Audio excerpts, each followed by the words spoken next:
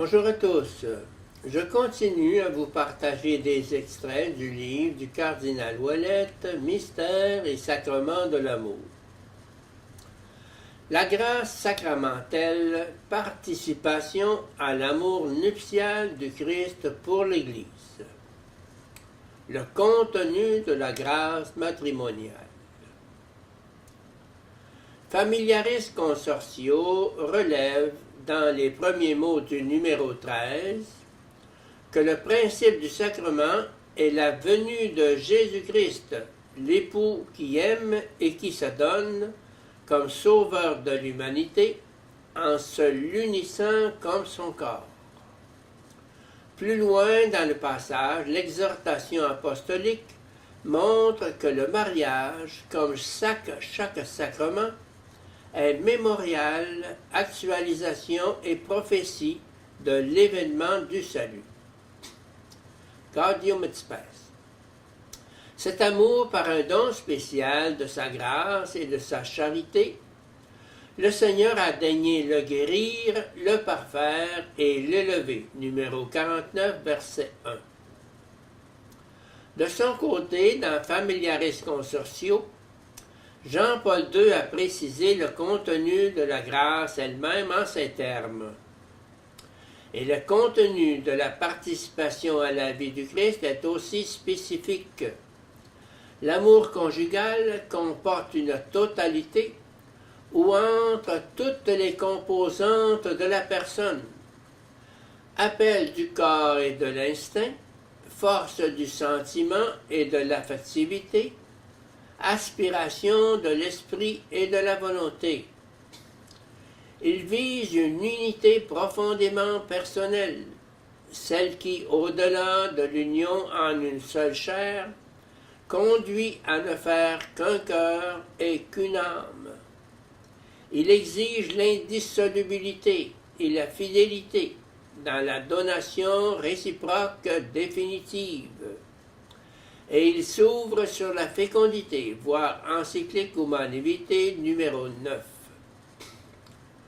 En un mot, il s'agit bien des caractéristiques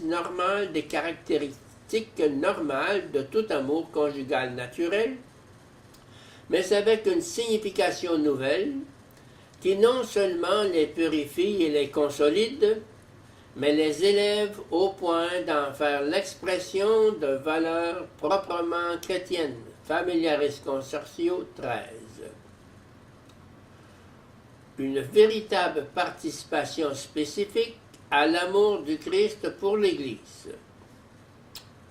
Du point de vue christologique, il n'y a pas de rupture avec la tradition, mais un changement de perspective en soulignant le primat de la grâce incréée, c'est-à-dire la présence du Christ lui-même et de l'Esprit Saint dans l'union des époux.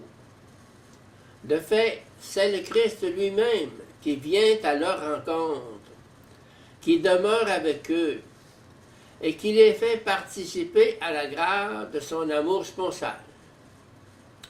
On peut affirmer que le Christ époux entre dans la vie des époux chrétiens et assume leur amour dans son amour sponsal envers l'Église. Le Christ et l'Église font participer les époux chrétiens à leur mission d'époux et d'épouses. L'alliance non seulement inspire la vie du couple, mais s'accomplit en elle, en ce sens qu'elle déploie son énergie propre dans la vie des époux. Elle modèle de l'intérieur leur amour.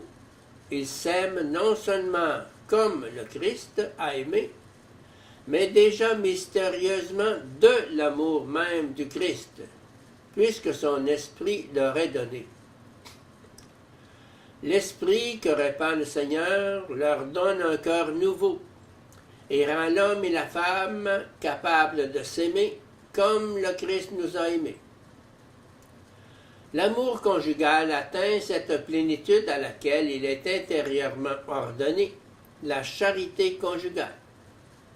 Celle-ci est la façon propre et spécifique dont les époux participent à la charité du Christ, se donnant lui-même sur la croix et sont appelés à la vivre. Familiaris Consortio 13. Mais il y a surtout l'accomplissement d'une mission de service rendue à l'amour de Dieu.